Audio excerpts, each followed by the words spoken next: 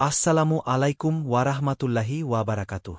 আমার ভাই ও বোনেরা, আজ আমরা একটি গল্প থেকে শিক্ষা নিতে যাচ্ছি, যার প্রথম নিঃশ্বাস খুবই মজার হবে।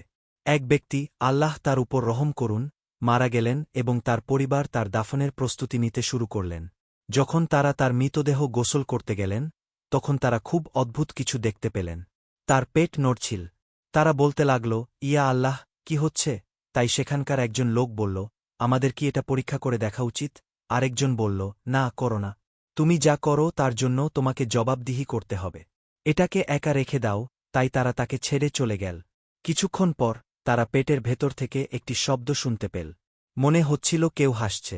তারপর কেউ বলল, আল্লাহর কসম, আমি মৃত ব্যক্তির পেটের ভেতর থেকে একটি শব্দ শুনতে পেলাম। তাই কিছু লোক গিয়ে কফিনের পাশে দাঁড়াল। তাদের মধ্যে একজন ছিলেন একজন পণ্ডিত, একজন অত্যন্ত ধার্মিক ব্যক্তি। আর তারা বলল, কোরআনের একটি আযাত তেলাওয়াত করো, একটি শক্তিশালী আযাত।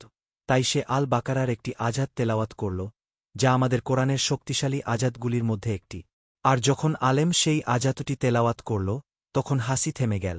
তারপর আবার একই ঘটনা ঘটল। পেট নড়তে শুরু করল এবং এমন শব্দ করতে লাগল যেন কেউ হাসছে। তারপর ধার্মিক ব্যক্তি বললেন, এই ব্যক্তির পেটের ভেতরে কে হাসছে? একটি আওয়াজ বেরিয়ে এলো এবং বলল, আমি সেই মহিলার ছেলে যে তোমাকে জন্ম দিয়েছে। ধার্মিক ব্যক্তি বললেন, তুমি অমুকের ছেলে। তুমি কি এটা? হ্যাঁ, এটা আমি। তিনি বললেন, তুমি কেন হাসছ? তুমি কেন এমন করছ?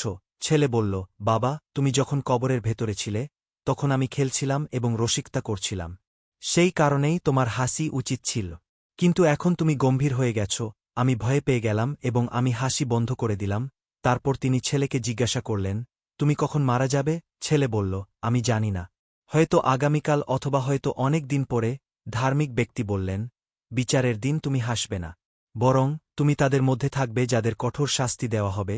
তারপর লোকটি মৃত ব্যক্তির পরিবারের দিকে ফিরে বলল, এই সুযোগটি গ্রহণ করো সৎকর্ম করার, কারণ আল্লাহ সর্বশক্তিমান, যে কোনো মুহূর্তে আমার আত্মা কেড়ে নিতে পারেন।